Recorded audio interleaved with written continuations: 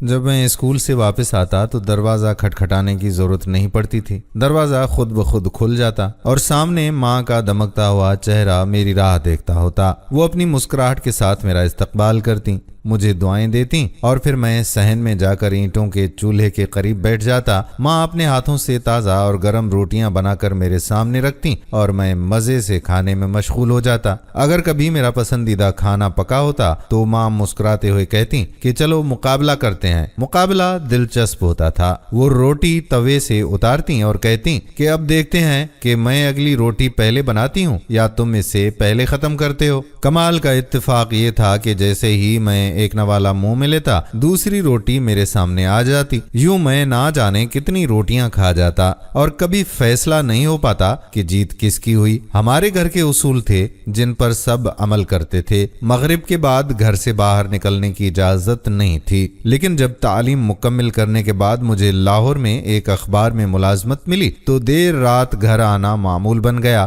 تاہم ماں کا پیار اور ان کا انداز وہی رہا۔ چاہے میں کتنی رات گئے آتا، دروازہ ہمیشہ میرے پہنچنے سے پہلے کھل جاتا۔ اکثر میں چابی نکالنے کی کوشش کرتا تاکہ خاموشی سے دروازہ کھول سکوں اور ماں کی نیند خراب نہ ہو، لیکن حیرت یہ تھی کہ جیسے ہی میں جیب سے چابی نکالتا دروازہ پہلے ہی کھلا ہوتا۔ میں حیران ہو کر پوچھتا، ماں آپ کو کیسے پتہ چلتا ہے؟ وہ مسکراتے ہوئے جواب دیتی، مجھے تیری خوشبو آ جاتی ہے۔ پھر ایک دن وہ چلی گئیں، ہمیشہ کے لیے۔ ان کے جانے کے بعد جب پہلی دفعہ میں دیر سے گھر پہنچا تو دروازے پر دستک دی، لیکن کوئی جواب نہ آیا۔ دیر تک انتظار کیا، پھر تھک کر دہلیز پر بیٹھ گیا۔ کب میری آنکھ لگی پتہ ہی نہیں چلا۔ فجر کی اذان سن کر آنکھ کھلی اور سامنے والے گھر سے امی کی ایک سہیلی باہر آئیں۔ انہوں نے میرے سر پر ہاتھ رکھا اور کہا، پتر تیری ماں گھنٹوں کھڑکی سے جھانکتی رہتی تھی، جیسے ہی تو گلی میں قدم رکھتا تھا وہ نیچے بھاگتی تھیں۔